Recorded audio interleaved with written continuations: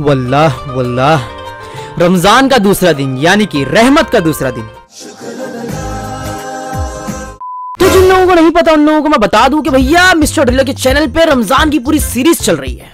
अगर आप लोग नए हो इस चैनल पे तो अभी इस वीडियो को पॉज करके सब्सक्राइब बटन दबा दो। भाई ने बोला करने का तो करने का। जी मेरा नाम है हसनैन अंसारी, आप लोगों का दीनी भाई जो आप लोगों के इस रमजान को अपने टैलेंट से बहुत बेहतरीन बनाना चाह रहा है। मेरा मतलब है कि हलाल मस्ती कर करके कुछ तरीका।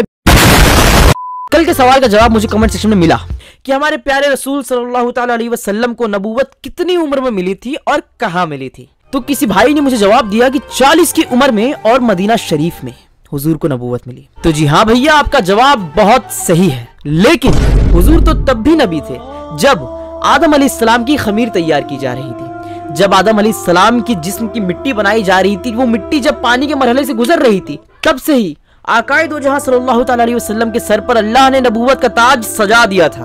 वो तो दुनियावी बातें हैं, बज़ाहिरी बातें हैं। इस दुनिया में आने के बाद उनको 40 की उम्र के बाद नबूवत मिली। तो माशाअल्लाह से आगे बढ़ते हुए दोस्तों, मैं आप लोगों से एक सवाल पूछता हूँ कि रोजेदार की सबसे स्पेशल बात क्या होती है दिन में? इफ्तारी।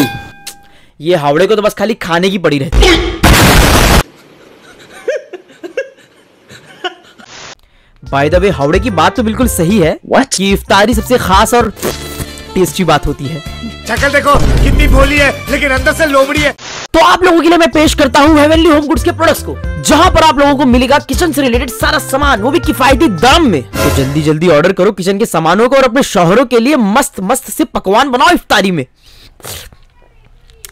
देखो देखो, दरिंदगी चेहरे से टपकती है। नंबर 1 का कमीना है। हमारे देश में जाहिलों की कमी बिल्कुल नहीं है, मानते हो या नहीं? मतलब कि यार आए दिन कभी हिंदू मुसलमान का लफड़ा, कभी फार्मर्स का लफड़ा। मतलब बहुत दुख होता है यार ये सब चीज देखकर कि अपने ही देश के लोग आपस में लड़ पड़ रहे हैं। जैसे कि अभी इन दोनों के लफड़े को देखो, ये दोनों ऑनलाइन आकर के बोल रहे हैं कि मुझे हिंदू कम्युनिटी का सपोर्ट चाहिए, 36 बिरादरी का सपोर्ट चाहिए। खुल्लम खुल्ला अपनी कम्युनिटी को इन लोग बोल रहे हैं, लेकिन किसी को आपत्ति नहीं इस पे। बात तो सही है। वहीं पे अगर मैं कह दूं कि भाइयों मकसद नहीं भूलना,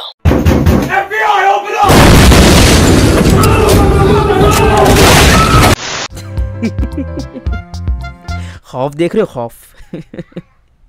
एक आंख में सुरमा तो एक आंख में काजल, ऐसा थोड़ी ना चलेगा भाई। हमारे यहाँ ऐसा ही होता है। जोक सपाट दोस्तों, coming to the topic. Ramzan एक बरकतों वाला महीना है जहां पर आप लोग दुआएं मांगकर अपने रब से वो सब कुछ मांग सकते हो जो आप लोगों को लग रहा है कि मुमकिन नहीं है। नमाज पढ़ो और दुआएं मांगो। मैं अपना पर्सनल एक्सपीरियंस शेयर कर रहा हूँ आपसे। पिछले रमजान में मैंने कुछ ऐसी दुआएं मांगी अपने रब से जो कि पॉसिबल होनी बिल्कुल ही नामुमकिन थी। वो मुमकिन होने वाली बात ही नहीं थी। कट टू 3 मंथ्स वो चीजें सब पॉसिबिलिटी में बदल गई और जो मैंने सोचा था उससे भी कई गुना ज्यादा अल्लाह ने मुझे अता किया। क्यों? दुआएं मांग करके। हालांकि मैंने पिछले साल उतनी इबादतें नहीं करी रमजान में, जो कि मुझे बहुत दुख रहा पूरा साल उस चीज का, लेकिन इस बार मैं एक भी रिकात नहीं छोड़ूंगा, एक भी नमाज नहीं छोड़ूंगा। इंशाल्लाह पूरी की पूरी नमाज पढ़ूंगा और कम से कम एक कुरान शरीफ तो मुकम्मल करूंगा। तो इसीलिए मैं आप लोगों से अपना पर्सनल एक्सपीरियंस शेयर कर रहा हूं कि आप लोग भी नमाज पढ़ो, कुरान शरीफ पढ़ो और इम्पॉसिबल को भी पॉसिबिलिटी में कन्वर्ट करो अपने अल्लाह से दुआएं मांग मांग करके। मुझे बहुत दुख होता है ये कहते हुए कि मेरे पहचान में भी कुछ ऐसे लोग हैं जो सिर्फ गोश्त खाने वाले मुसलमान हैं। क्या बात कर रहे हैं? आई मीन टू से कि वो सिर्फ नाम के मुसलमान हैं। वो लोग ये कहते हैं कि भाई हम रोजा नहीं रख सकते, हमें रोजा रखा ही नहीं जाता, हमें चक्कर आ जाता है, हमारा सर घूमने लग जाता है, हमें कमजोरी फील होने लग जाती है। तो तू गे है। तो भाई तुम्हें चक्कर आ जाता है, तुम्हारा सर घूमने लग जाता है, तुम बर्दाश्त नहीं कर पाते हो, तो तुम कैसे मर दो? तुम रोजा नहीं रखते, तुम कैसे मर दो भाई? यहाँ पे तो प्रेग्नेंट औरतें तक रोजा रखती है, क्या तुम उनसे भी ज्यादा लाचार हो? चाय पियोगे, पापे खाओगे? दीपक कलाल से भी ज्यादा गए गुजरे हो तुम लोग, तो तुम लोग रोजा नहीं रखते। खैर ये सब छोड़ो दोस्तों, अब हम सुनेंगे एक इस्लामी वाकया। हुजूर मोहम्मद मुस्तफ़ा सल्लल्लाहु ताला अलैहि वसल्लम ने एक बारी मक्का शरीफ में अपने ख़ानदान वालों को इकट्ठा किया और उनसे पूछा, क्या तुम मुझे सच्चा मानते हो? तो उनके ख़ानदान वालों ने, जो भी लोग वहाँ थे, बोले जी हाँ हाँ हाँ, मैं आपको सच्चा मानता हूँ, आप सच्चे इंसान हैं, आप सच्चे आदमी हैं। फिर हुजूर ने फरमाया, अगर मैं ये कहूँ कि इस पहाड़ के पीछे एक लश्कर छुपी हुई है जो कल सुबह हम पर हमला कर देगी, तो क्या तुम मेरी बात को मानोगे? तो सब ने कहा कि हाँ हाँ, आप बहुत सच्चे हैं, हम आपकी बात मान जाएंगे। हाँ हाँ सच बात है, हम मानेंगे आपकी बात, क्यों नहीं मानेंगे। फिर हुजूर ने फरमाया कि तुम इतना मान रहे हो तो ये भी मान लो कि मैं अल्लाह का सच्चा नबी हूँ। तो उनके ख़ानदान वालों ने मुंह फेर लिया। सब ने बोले कि नहीं नहीं नहीं, ये हमसे नहीं माना जाएगा। सब ने झुटला दिया हुजूर को। लेकिन वहां पर एक बच्चे का हाथ ऊंचा उठा और उस बच्चे ने कहा कि हाँ हुजूर, मैं मानता हूं कि आप अल्लाह के सच्चे नबी हैं।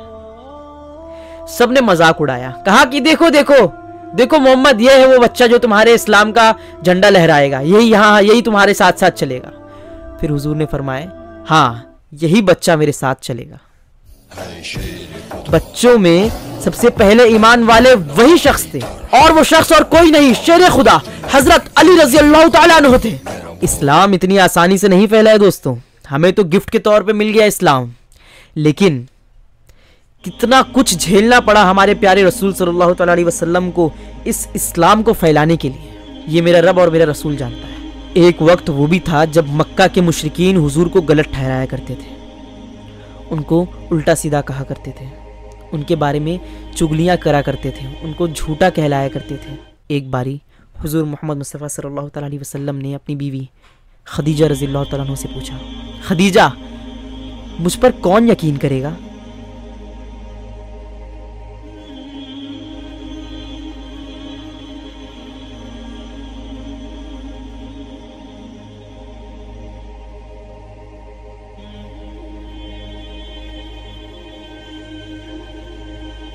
ला इलाहा इल्लल्लाह मुहम्मदुर रसूलुल्लाह। सो यस गाइस, कल की तरह मैं आज भी आप लोगों से एक सवाल पूछता हूं कि हुजूर की पैदाइश, हुजूर की विलादत कब हुई थी, कितनी तारीख को हुई थी, कौन से दिन हुई थी और कहां पर हुई थी? इसका जवाब आप लोग मुझे कमेंट सेक्शन में दो। तब तक के लिए remember the name Hasnain Ansari, signing off today. खुदा हाफिज दोस्तों, चलो चलते हैं।